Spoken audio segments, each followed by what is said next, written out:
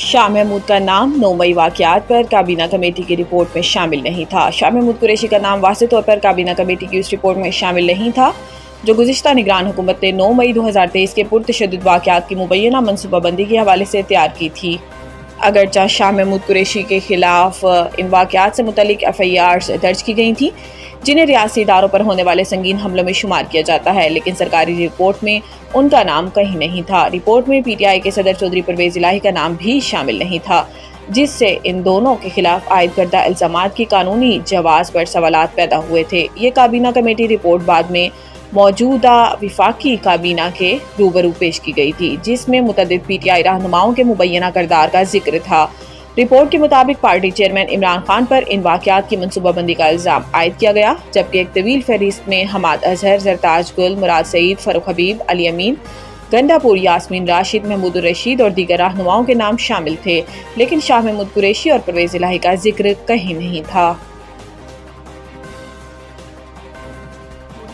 Tax نظام کی بہتری سے عام آدمی پر ٹیکس بوجھ کم کرنا ترجیح ہے۔ وزیر اعظم شہباز شریف کی زیر صدارت FBR کی جاری اصلاحات پر جائزہ اجلاس ہوا، جس میں وفاقی وزراء عطا اللہ تارڑ، احد خان چیمہ، اعظم نصیر تارڑ اور چیئرمین FBR شریک ہوئے۔ اجلاس میں وزیر اعظم نے FBR حکام اور اصلاحات میں شامل افسران و اہلکاروں کی کوششوں کی تعریف کی اور آئندہ ہفتے تجاویز سے متعلق قابل عمل اہداف اور مدت کا تعین کر کے رپورٹ پیش کرنے کی ہدایت کی۔ اجلاس میں گفتگو کرتے ہوئے وزیر اعظم نے کہا کہ FBR کی ڈیجیٹائزیشن سے اہداف کے حصول میں معاونت ملی، مستقل بنیادوں پر پائیدار نظام بنانے کے لیے اقدامات یقینی بنائے جائیں اور غیر رسمی معیشت کے سدباب کے لیے انفورسمنٹ سے متعلق مزید اقدامات کیے جائیں۔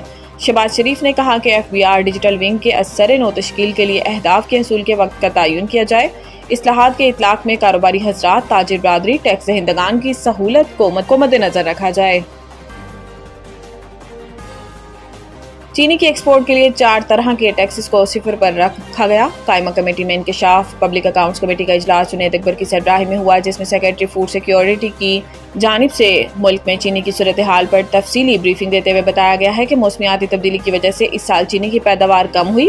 بریفنگ میں مزید بتایا گیا ہے کہ پچھلے سال 87 میٹرک ٹن چینی پیدا کی گئی تھی اور اس سال یہ 84 میٹرک ٹن رہی۔ پچھلے سال 77 شوگر ملز نے کرشنگ کی، جبکہ اس سال 79 ملز نے کی۔ قیمتوں میں اضافے کی وجہ سے بفر سٹاک کے لیے 5 لاکھ ٹن چینی کی امپورٹ کی سمری منظور کی ہے۔ ریاض فتیانہ نے کہا کہ FBR سے نیا SRO جاری ہوا، اس پر سیلز ٹیکس کو 18% سے 0.2% کیا گیا۔ نوید قمر نے کہا کہ میرے خیال میں حکومت کو چینی کی قیمت کو کنٹرول نہیں کرنا چاہیے۔ چینی کا باہر جانا آنا مسئلہ نہیں۔ کیا مسابقتی کمیشن نے اس کارٹلائزیشن کو ختم کرنے کے لیے کچھ کیا؟ جب آپ کے IMF کی وجہ سے ہاتھ بندھے ہوئے ہیں تو کارٹلز کی وجہ سے آپ پورے معاہدے کو خطرے میں ڈال رہے ہیں۔ جنید اکبر نے کہا کہ اگلے ہفتے ہمیں مکمل بریفنگ دیں، کس نے چینی امپورٹ کی، کس نے ایکسپورٹ کی اور کس نے اجازت دی۔ نور مقدم کے سزا یافتہ مجرم ظاہر جعفر نے نظرثانی درخواست دائر کر دی۔ سپریم کورٹ میں دائر درخواست میں موقف اپنایا گیا ہے کہ عدالت نے ملزم کی ذہنی حالت کا تعین نہیں کرایا۔ سپریم کورٹ میں میڈیکل بورڈ تشکیل دینے کی درخواست دی۔ سپریم کورٹ نے اس متفرق درخواست پر فیصلہ نہیں دیا۔